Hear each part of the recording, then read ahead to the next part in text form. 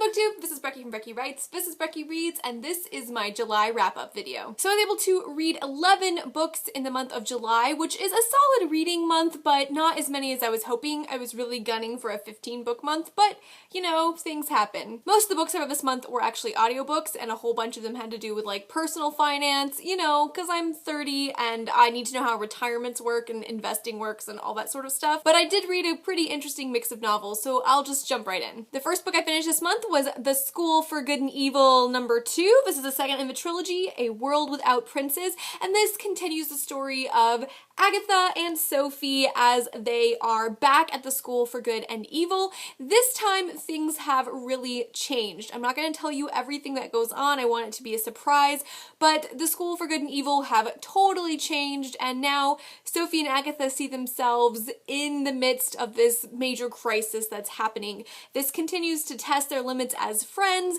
and it continues to test the budding relationship between two of the characters and what all of that means.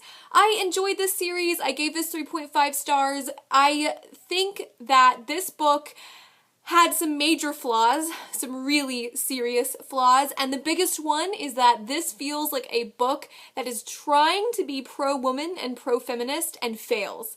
And I think that this book is trying to have a conversation about gender dynamics and gender norms and all of that, and I just don't think it gets to where it needs to be. And so I enjoyed it. I laughed, I enjoyed it, it was readable, but I really had a lot of hesitations about the very problematic depiction of gender in this. And what's funny about it is because it's trying to not be problematic, like it's trying, I think, to be very feminist, and it just misses the mark. And then of course I had to finish the trilogy, and I read the third installment of A School for Good and Evil. This is The Last Ever After. Now I actually read this as an audiobook. I listened to it as an audiobook, but I own the hardbound copy, and I think Soman Chianani is trying to do good things. This is a long book. It was a fun book. I gave it a 3.5 out of 5 stars. Again, these are really readable. They're fun, they're funny. I think that the strongest part of this whole series is the relationship between Agatha and Sophie. It really grows and is tested and feels very human, and I think that since this is a middle grade series, a middle grade reader would really get a lot out of this. But as an adult reader reading this series, I just saw a lot of flaws in some of the caricatures. I think that this book, I think, was my favorite of the three. There's some interesting relationship building between characters and their families, especially where their family members have been estranged from them. Again, I feel like this book is written by a guy about two teenage girls, and it really feels that way. To me, as a reader, when I discovered that Soman Chianani was male, it felt like a story about girls written by someone who has never had those experiences of being a girl, and that was something that I kept bugging me. So overall, I gave this series a 3.5 stars overall, and this book a 3.5 stars. It's fun, and it's readable, and there's good things in here, but it has a lot of flaws, so that's where I'm at. Alright, the next book I read is my favorite book of the whole month, and it is now vying for one of my favorite books of the year, and that is Jane Steele by Lynsay Faye. Now, I've already done a spoiler-free review of this, and so I will link that down below, but you can check it out. This is a story that is heavily inspired by Jane Eyre, but it is not a Jane Eyre retelling, and in it, the main character, Jane Steele, finds herself in a lot of the same situations as Jane Eyre. Life is just hard, and she becomes a serial killer. And this is the story of her kind of murders and how she becomes a murderess and her life after that. I loved this. 5 out of 5 stars. It is so fantastic. If you haven't checked it out and this sounds at all interesting to you, really, you won't be disappointed. The next book that I picked up was Eligible by Curtis Sittenfield. Now, I had challenged myself to read one of my Book of the Month Club picks, and this was the one I picked up this month. Now, this is a retelling. It is a retelling of Pride and Prejudice set in contemporary America, in which the Bennet sisters are much older, so Jane, the eldest, is going on 40, Lizzie's going on 38, I think Mary is 30, and Kitty and Lydia are in their early 20s. So they're much older, they live in Cincinnati, and this is the story of how they meet Mr. Bingley and Mr. Darcy and their relationships. I enjoyed this, and I also did a spoiler-free review of it, so I will link that down below, but I didn't love this. I enjoyed it, but I didn't love it. I gave it 3.5 stars, and basically, this was going to be a solid 4-star read until the very end. There's some plot devices I didn't super enjoy that made me not love it as much. However, this is the perfect summary, light but not insubstantial read. It does talk about some meaningful issues, and it does so in a really, I wouldn't even say comical way, but in a lighthearted way. So if this sounds like it would be up your alley, I would recommend checking out Eligible. And then we get on to my insane audiobook haul, because basically everything I read for the rest of the month I read as an audiobook. The first audiobook I listened to on a car ride from Atlanta up to Charlotte and then up to Richmond, Virginia, and that was The Force Awakens, the novelization of the 7th Star Wars movie. Yeah. I'm a nerd. Now, I did give this 3 out of 5 stars. It is not excellent writing. It is not going to change your life. It's not this amazing novel. It is a fun read, and it's a great audiobook. I mean, it's a great car trip riding for 10 hours in the car kind of audiobook, so in that respect, I really enjoyed it.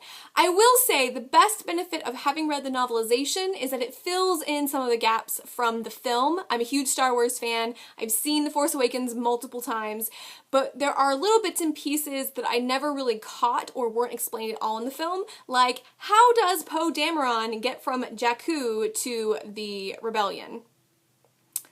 Ah, that is explained in the book. So I really enjoyed it. It was fun. If you're a Star Wars nerd, you'll enjoy it. If you're someone looking for a light, interesting, entertaining read on a car trip, you'll enjoy it. But is it excellent literature? Nah, it isn't. But it was fun, and I gave it 3 out of 5 stars. The next 2 books are about finance and leadership and personal growth, kind of, because it's the summer and I was trying to, you know, work on myself before I go back to work. So the first book that I listened to was On Becoming Fearless by Arianna Huffington. I gave this 3 out of 5 stars. Basically, if you've read her book Thrive, which I have, this is like a shorter thesis about Thrive. It's her same stuff about how we should all get more sleep and physical exercise is good for us and how we need to sort of not be afraid of death in order to live fearlessly. I got something out of it, but I would suggest Thrive over Becoming Fearless, and this is very much geared towards people with children. It's really geared towards women with children, and Becoming Fearless on behalf of being a mom, and like I don't have kids and probably won't have children, so I missed a lot of that. I also read The 7 Habits of Highly Effective People. I know, I'm trying to be a highly effective person. I gave this 3.5 stars.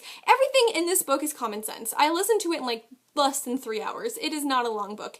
And it's basically common sense. It's stuff that if you're at all compassionate and like at all kind, you will go, why does someone need to know this? But apparently if you work in the business world, you have to be reminded to be compassionate and kind. I don't know, but it was like write thank you notes and like really listen when people talk to you, that kind of stuff. I'm glad I read it, but like I didn't get anything life-changing out of it. Then I also read See Jane Lead, 99 Ways for Women to Take Leadership at Work. And this is by Louise Frankel, and I gave it 3 out of 5 stars. And yeah, it was about women in leadership at work. This is really focused on corporate leadership, and since I work at a university and I'm in the nonprofit sector, it's just a very different environment, different expectations. But there was some good stuff about, you know, the way that women moderate their voices and the way that women often ask questions instead of making statements, and just a lot of really practical tools. If you're a woman who is looking to go into the business world at all, if you are looking to be a leader in your workplace, it might be a worthwhile book to check out from the library. But as far as did I think it was transformative and super useful in my leadership development? Not really, so I gave it 3 out of 5 stars. And finally, a break from all the businessy leadership books. I listened to this as an audiobook, but I owned it, and that is The Night Circus by Erin Morganstern. I listened to this on a 10-hour car trip from Richmond back down to Atlanta. I listened to this in one day, and I have to say I enjoyed it, but I am not a devotee in the way that so many people are. This is the story of the Night Circus, a magical circus that only happens every few years. It travels around, it's only open at night, it is built on real magic, so this is a magical realism fantasy, and there are 2 characters who are keeping the magic circus running, and they are sort of in this competition that they've been in since they were children. This book is often called atmospheric, and that is true. The setting in this book is fantastic. My reasons for not giving it 5 out of 5 stars, I give it 4 out of 5 stars. I think that this book should have been 2 books. I think it should have been a duology, and I think that would have been able to solve some of the cravings that I had for more character development and more relationship growth between the characters, because it just felt really lackluster. You build up and you build up, and everything just felt very like, oh, there's like 2 scenes where we're supposed to have an emotional response, but there's not enough meat and substance there. I mean, I think it's in an effort to try to keep this short. This book is over 500 pages, and I think that this should have just been 2 books. It should have been a duology. They each should have been about 300 pages. We would have been able to get the character development and the world development. That said, I did enjoy this. I gave it 4 out of 5 stars, and I am hopeful that in Morganstern's next book, we'll get a balance of world building and character development. All right, the next book that I read was the first book that I read for my DNF'd booktubeathon, and that was Women and Money. This is by Suze Orman, and this is a great book. If you are a woman and you never learned about like financial resources, I was never taught about like finances, how retirements work and how to invest and how to save money and all that. Like, I learned none of that because I was taught, being a Southern lady, that I would marry a man who would do that for me. So I think this is essential. You don't even need to be a woman. I think that if you are anyone who has no clue about finances and about retirement and investing and savings accounts, all of that, it's a worthwhile book. Now, I gave it 4 out of 5 stars because it's dated. It was written before the recession, so some of her advice is not as fresh as it should be considering the recession, but she has a lot of info in addition to the book on her website that you can go and check out. So I really, really recommend it. If you are someone who never learned about financial planning at all, go and check this out. And don't think that you can put off your retirement until you're like 35 or 40. Like, you need to know about this stuff now. Knowledge is power, people, and this is a great, easy, accessible book. It's like for the ultra beginner. So if you are interested at all in personal finance, Women and Money, Suze Orman, 4 out of 5 stars, worth checking out. And the last book I read this month, which I also listened to as an audiobook, and this was a reread, and this fulfilled my TBR jar challenge, and it was one of my books for Booktubeathon, was Frankenstein by Mary Shelley. Now, I enjoyed Frankenstein, although I moved my rating from a 5 to a 4 star, and I think it's a lot of me having been in a different place when I read it as a college student than where I am now. I remember reading it and having a lot more empathy and compassion for the monster. I was all about the monster as this pitiful creature, and I was all about like supporting the monster and calling Victor Frankenstein like, he's the jerk, he's the monster, he's the one in the wrong. But I wanna rethink that. Like, having reread it, I think that the monster is much less pitiable because he knows he's doing something wrong. Like, as he commits the crimes that he commits, he feels remorse, he knows they're wrong, and chooses to do them anyway because he wants to hurt the person who hurt him. So he has displaced anger and hatred that he is using to harm innocent lives, even though he can admit and he can vocalize that they're wrong things to do. I'm much less sympathetic to the monster now. The monster was taught right from wrong, and instead of choosing to be the bigger person, he hurts innocent people in order to get at the actual object of his anger. And I'm not here for that. I think I was much more like generous of spirit when I was younger, and now I'm like, no. And I gave Frankenstein a 4 out of 5 stars. Those are the 11 books that I finished this month. That's a lot of books. Comment down below and let me know what your favorite book of the month was. My favorite was Jane Steele, obviously. I loved this book. I've recommended it to so many people. My friend Caitlin is currently reading it. Like, I enjoyed this so much, it surprised me. It surprised me that I was going to love it, and I did. All right, I hope you guys are doing well, and I will talk to you soon. Bye!